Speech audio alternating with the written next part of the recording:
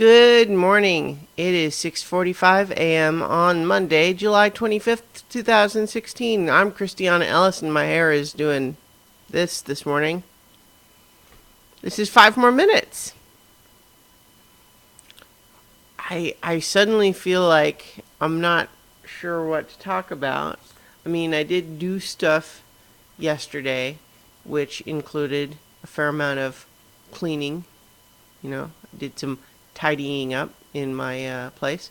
Not evident in the particular window that you can see here behind me. But, I did do some. Took Luna for a walk. What else did I do? I played, I played a couple of different video games each for a little bit. So maybe I can talk just about that sort of okay.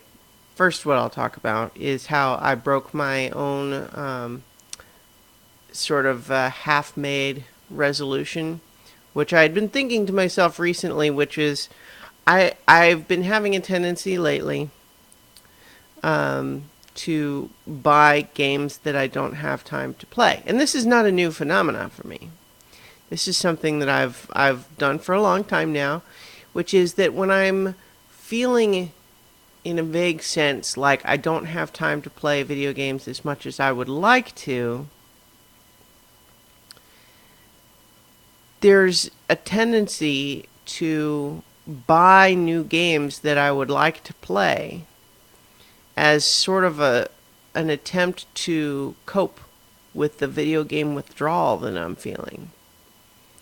But it's a destructive behavior because it spends more money for something that I don't actually have the ability to appreciate right now.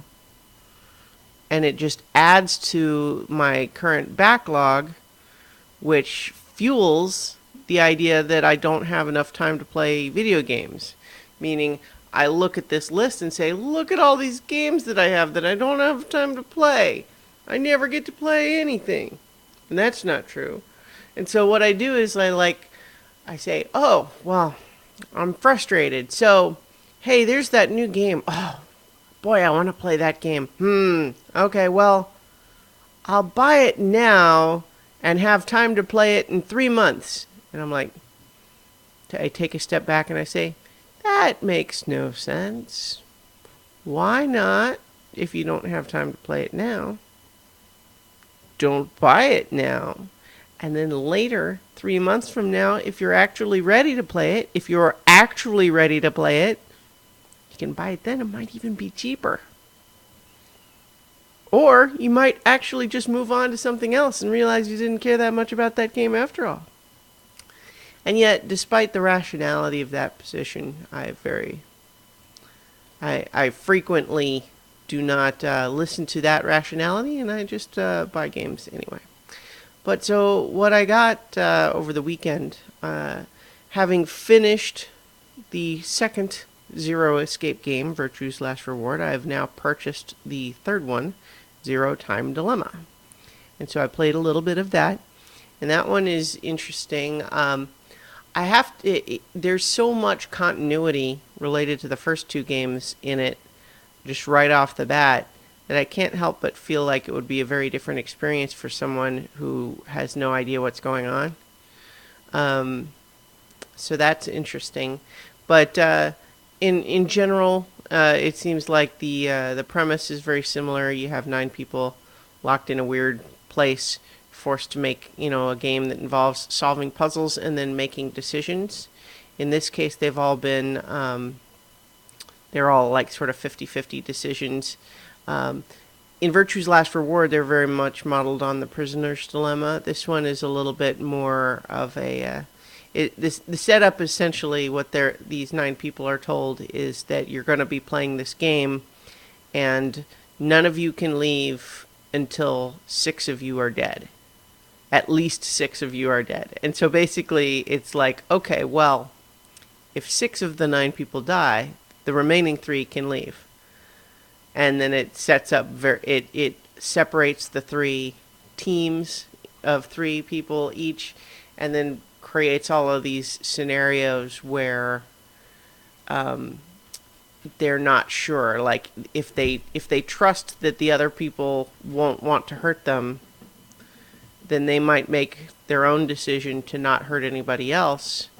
But there could also be a tendency to say, well, if I'm worried that they're going to try to hurt us, maybe we need to hurt them first.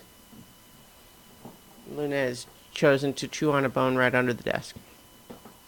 Okay, yeah, I'm already over 5, so let me just briefly get into the other two games that I picked up over the weekend. I finally picked up the Mega Man Legacy Edition, which is Legacy Collection, which on the PS4, which is Mega Man 1 through 6. And those are, I've played several of those games, but not all of them, and certainly not beaten all of them. And so that was just something I was feeling drawn to recently. And so I played to beat the Fireman stage on the first Mega Man game, and got a good ways into the Bomb Man stage, but didn't finish it yet. So just getting started. Gonna slowly make my way through there.